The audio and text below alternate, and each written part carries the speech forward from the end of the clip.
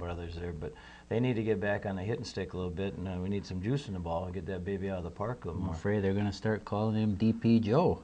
Yeah. Holy mackerel, as he bounced into double plays this year. And there's not a whole lot of speed there either. Nope. So when he's going to shorter second, you know it's going to be a double play. And they started off hot, the Twins, and they have plateaued a little bit. But boy, the fever is still out there. As I was in my day off, or time off, if you guys want to call it, with Yeah. 126 graders Yeah, down at Eagle Bluff. Oh, jeez. Believe it or not, parents came down to pick up their son to take him to a Twins game, drive all the way down to southeastern Minnesota just to pick him up early to head him up to a Twins game. And just about everybody I've talked to, they talk about going to a Twins game, and if they haven't, when they're going to get there and how they can't get tickets. So Yeah. the fever's there, and it's great. Hopefully they can get back in their winning streak. Even if they probably don't, I think people are going to be there. Oh, yeah. Well, speaking of Target Field, today is the high school finales for all sports. Nothing again till the fall. But the 3 state championship baseball games will be played starting at noon for $10. You can get in there, have free run of the stadium, watch all 3 games. We have in Class A is Eden Valley Watkins and Sabika. Okay. Eden Valley is undefeated for the year. In Class AA, we have Delano and Cold Spring Rocori. And in Class AAA, we have Burnsville and Small College Eden Prairie. You really are. That's pretty You're good. up on your game, I tell you. He has no notes back here either, folks. He's not going to the Karate Kid. I'm studying instead of going to the Karate Kid. Well, I know Kung Fu, okay? Well, in Class AA, that's the one, I guess, around here we're probably most interested in because we did have Mankato East and Fairmont, 2 teams we're familiar with, both in the state AA. East, I think, won their opener and then Yep. lost 2, so finished 4th. And they- Fairmont lost 5-3 and 1-0 Yep. in their 2 games. And they got 2 good pitchers there, too, so Yes. that was obviously indicative of that.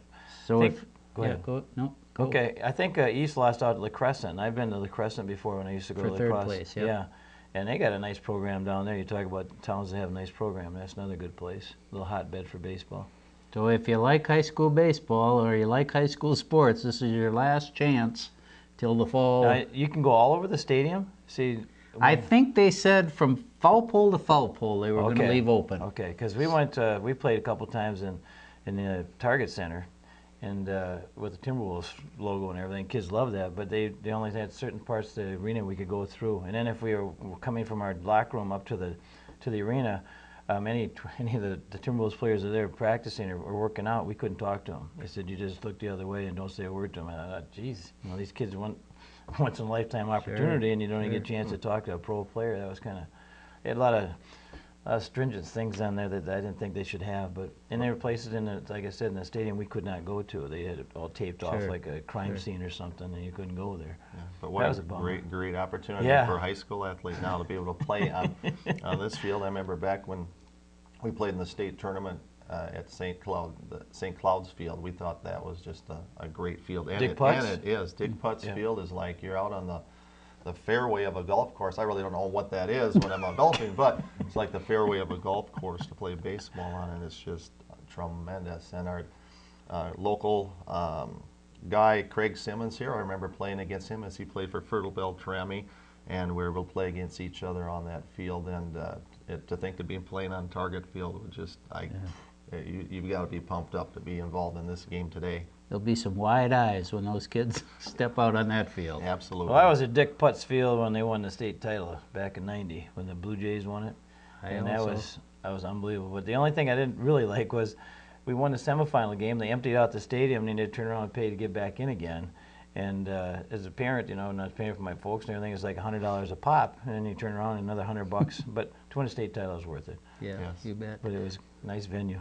Well, we better turn Hafe loose this week. 'cause Okay. We promised him 2 weeks ago that he could, give a plug for jump soles and everything. Oh, but no, I he, just wanted to- he didn't bring his props this week, No. but I was just going to talk a little bit about we're into the summer now, and it's just a great opportunity for athletes to get in that weight room, to run, increase your speed, increase your strength, and we've got about probably 45 kids here in Waseca involved in our Jump Soul Speed and Acceleration program, and about 45 over in Owatonna.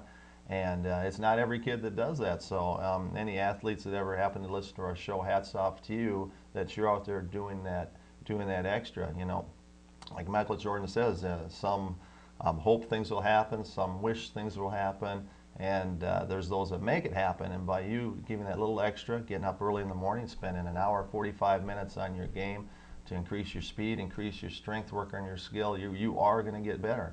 Kids always want to play at that next level, but that just doesn't happen sitting around. And summertime is just a great time when you're not involved in your, you know, when you get in the regular season during the high school season, it gets tough to do some of those extra things. But a lot of opportunities out there to get better. I know back in our day, you know, maybe we threw a few bales of hay around. Sprayed at bird's eye. Dave and I used to do that. Yep, big power hose boy. And that was our workouts. Yep. But things and times have changed so much now. But there are good things out there that can help you to increase that speed and increase your strength. You guys are both coaches. What approach do you take with your athletes in your sports in the off season? Do you strongly encourage? Do you just suggest, or do you just, are you more of the mold that just keep busy? I don't care with what, but keep active. Ted, how do you do it? Mine is keep active. You know, if you enjoy playing tennis, play tennis in the summer. You know, but I still expect them to go to Bethany League for our basketball. If nothing else, at least 2 days a week, we got our mind on some ball, and we're running our plays, and we're doing our defensive schemes and things, getting ready for next year. So I've had some kids that don't do summer programs, and they excel very well. And I've had others that really benefited from the summer. But in this day and age, you almost have to coach now, basically 12 months out of the year, to be successful. It's just not going to be able to tell the kids put the basketball down in March, and we'll pick it up again next November, and away we go. That's for basketball. Other sports, I just like to see them involved in something that's eye-to-hand coordination. You know, and track is great for speed and things like that if they're not out for any spring sport. But I really want to encourage them to take anything. You know, tennis, horseshoes, I don't care, but at least be competitive and use that eye-to-hand coordination somewhere along the line. Ping pong, lots of things you can cross-train with, but at least you got your eye and your coordination staying together. So that's me. I'm old school. I didn't believe in the weight room. Now I do. It's just, everything has really changed in this day and age. Hey, Yeah, your athletes? Well, I just know some other programs. Everybody's different, of course, in their philosophies and coaching. You go to New Prague, you go to Lakeville North with the girls' basketball programs. They have to be in the weight room. They're told they have to be in the weight room. And I don't know if it's in the case that they don't, they're not going to play. But they are in there, and you take a look at their programs, and they're pretty dominant in the Lakeville North, of course, state champions, and New Prague, who is always knocking on the door going to state. I get the kids, you know, you try to motivate them and tell them, you know, here's what's available. This is going to make you better. Highly encourage them to be there, and it's up to them. They've got to have, if you are going to be good, you got to have an inner desire to do those things. So you make it available for them. It's there for them to take, and you can't force them to do it. And then summer's a great time if you're a baseball player to get that baseball in, and then if, you know, on the side, if you're going to get some shooting in or in the strength training, great. But you make it there, you provide it for them, you lay the program out, and now it's their chance to kind of take the bull by the horns and do some things. And then there's the exception is like Heather Johnson from Janesville. She went on to become one of the best players ever at Mankato State. And she didn't play AAU ball at all. And when she went to freshman level at Mankato State, they told her you probably won't play much if you play at all because you didn't play AAU. Whereas she said, I wanted to play softball in the summer, and she didn't have time to play AAU. And I think there's a case in point where, you know, she did what she wanted to do and still was successful in the sport that she loved. So there's all kinds of things out there. But like you said, hey, if the programs that do make it mandatory, they usually are successful. Yeah. But at what expense for the other girls, you know, that aren't going to be going on to the next level?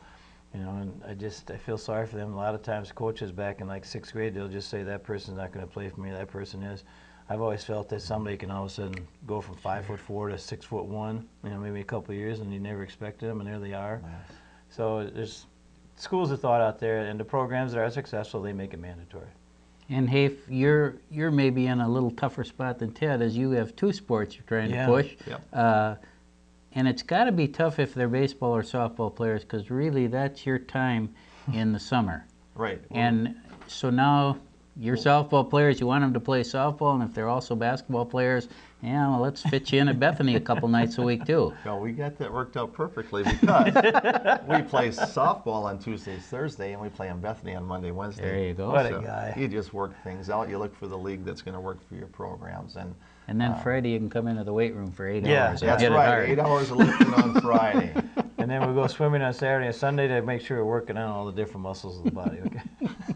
Well, we want to wish all the fathers out there a happy Father's Day this week. We want to thank Steve and Maceo Anderson for production. We want to thank my fellow Stooges, Ted Hammond and Joel Hayford. And we want to thank you for watching. See you next week.